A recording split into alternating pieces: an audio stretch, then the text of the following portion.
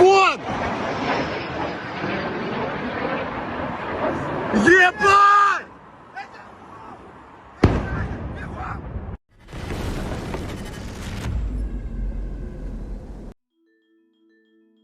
Russia, in coordination with Iran, is ramping up the recruitment of Middle Eastern mercenaries, including ex-ISIS fighters, for the war in Ukraine, according to Ukrainian intelligence. Recruits from Iraq, Syria, Afghanistan, Libya, and Yemen are being lured with promises of $3,000 to $8,000 and Russian citizenship. Routes via Iran and Central Asia are being used to move them into Russia. Russia and Iran are reportedly even involving former Islamic State fighters in the process, raising serious concerns among security experts. The publication notes that one main reason for such large-scale recruitment is the shortage of personnel in the army. According to the data obtained, financial incentives and promises of Russian citizenship are used to attract mercenaries. The sources said illegal migration and trade routes are used to transport mercenaries. They follow four main directions, which are going from Iran via Armenia, Georgia, Azerbaijan, Central Asia, and Afghanistan, and from all those routes, finally, to Russia. In recent days, cases of illegal migrants attempting to cross borders in Armenia, Azerbaijan, and Central Asian countries have been recorded, the article reads. Their correspondence indicates close coordination with the Russian side and receipt of specific promises for participation in this process. From photos of documents, an Iraqi citizen, Amir Wissam Jawad, born December 23, 2006, was detained. The outlet reported he tried to illegally cross the territory of one of the mentioned countries. It was established that the mercenary was recruited by Russia's defense ministry to participate in the war against Ukraine. According to the outlet, the man signed a contract with the ministry on the proposal of Russian Defense Ministry employee Polina Alexandrovna to join the Baghdad armed group. Under the contract terms, the Iraqi citizen was initially promised a monetary reward of $3,000 to $8,000 for agreeing to participate in combat. Ukrainska Pravda also claims the mercenary was to be granted Russian citizenship after 6 months. On August 14th, the Coordination Headquarters for the Treatment of Prisoners of War, at the request of investigative outlet Slidstvo.info, reported that over 100 citizens from 32 countries worldwide, excluding Russians, are held in Ukrainian captivity. The largest number among prisoners are from Central Asia. Uzbekistan leads, followed by Tajikistan. Nepal, Belarus, and Sri Lanka, Kazakhstan, and Yemen are also prominent. The number of foreigners in captivity is growing annually. The headquarters notes this is due to more foreigners signing contracts with the Russian army, increasing those captured by Ukraine. And we have another confirmation of this story. Russia is struggling to recruit enough contract soldiers to cover its losses, according to Ukraine's Center for Countering Disinformation. Only 37,900 contracts were signed in the second quarter 2025, 2.5 times less from the same period last year, when 92,800 people enlisted, and the lowest figure in 2 years. Russia continues to see a decline in the recruitment of contract soldiers. Currently, there are not always enough recruits to cover losses, said Andriy Kovalenko, head of the Center for Counteracting Disinformation. Moreover, Russia now often lacks enough contract soldiers to replace losses. Contract soldiers are no longer always sufficient to cover the weekly irreversible losses of the Russian army. I remind you, according to General Staff data, Russian daily losses average over 1,000 personnel, Kovalenko said. So, Russians are launching a new wave of mobilization in temporarily occupied Melitopol in preparation for the autumn 2025 draft.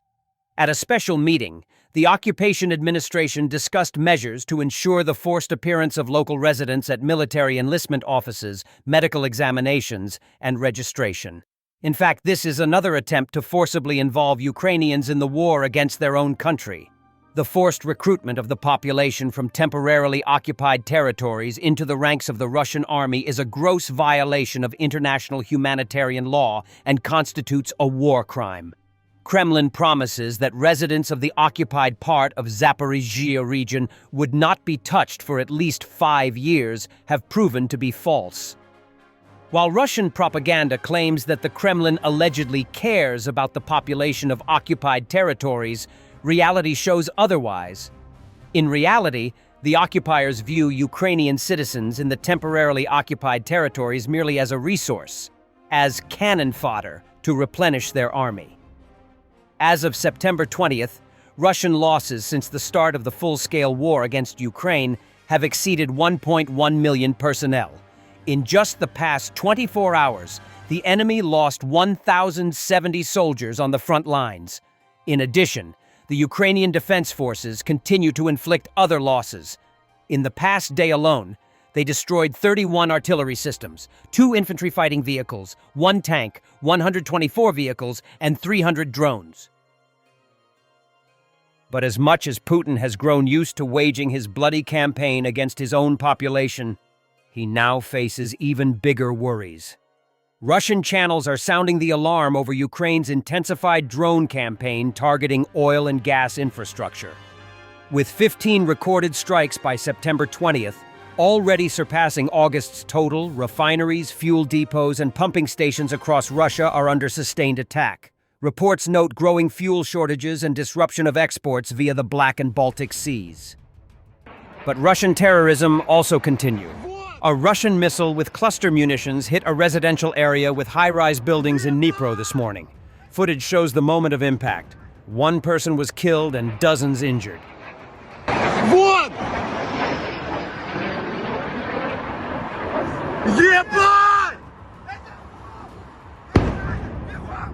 It's both amusing and nauseating to watch the degenerative nature of Russian society. In Russia, a woman made an appointment with a doctor who was not of Russian nationality, and after the consultation, she began to insult him on this basis. А вам есть разница, какой национальности у вас будет врач? Да, я люблю русских врачей. А почему вы ко мне записались? Потому что это был язык свободный. И чем не устроил вас прием? Потому что, блядь, вы не русские. Почему вы материтесь? Потому что с русскими я не буду материться, а с вами буду. Ну вы пришли, я вас посмотрел, я поставил диагноз, назначил лечение. Я спросил, Мне кажется, есть ли у вас... не по-русски как-то все делаете. Почему вы повышаете голос? Не Я в конце задал вам вопросы, все ли вам понятно, и вы начали меня оскорблять по национальному признаку. Я не начала вас оскорблять. Просто факт, вы не русский, блядь. Ну да, я не могу это исправить. Мне неприятно просто. Что я могу сделать? А другие вопросы есть? У меня к вам больше нет вопросов, что мы с вами обсуждаем. Вы поняли схему лечения, которую я назначил? Ничего не слышу. Схема. Ничего мне не даст эта схема ваша, не русская. Вы же изначально видели мою фотографию на сайте, мое имя, когда Всё, проходили. я не хочу больше обсуждать с вами. Чем-то могу быть еще полезен?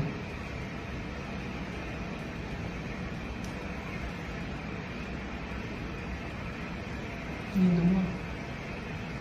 До свидания. До свидания, блядь. And let's end with good news. Troops from the 40th Coastal Defense Brigade detected and destroyed 2 boats carrying Russian troops using FPV drones in the Dnipro River Delta near Kherson. Another attempted river landing foiled. Thanks for watching, and don't forget to subscribe. Also, if you want to support Warthog Defense, please become our member and get early access to new videos, exclusive members-only videos, and become administrator in comment section. The membership link is in the description. Rescues every day. We had a guy last week at 6 rescues in 6 days. You know, he's doing the job every day.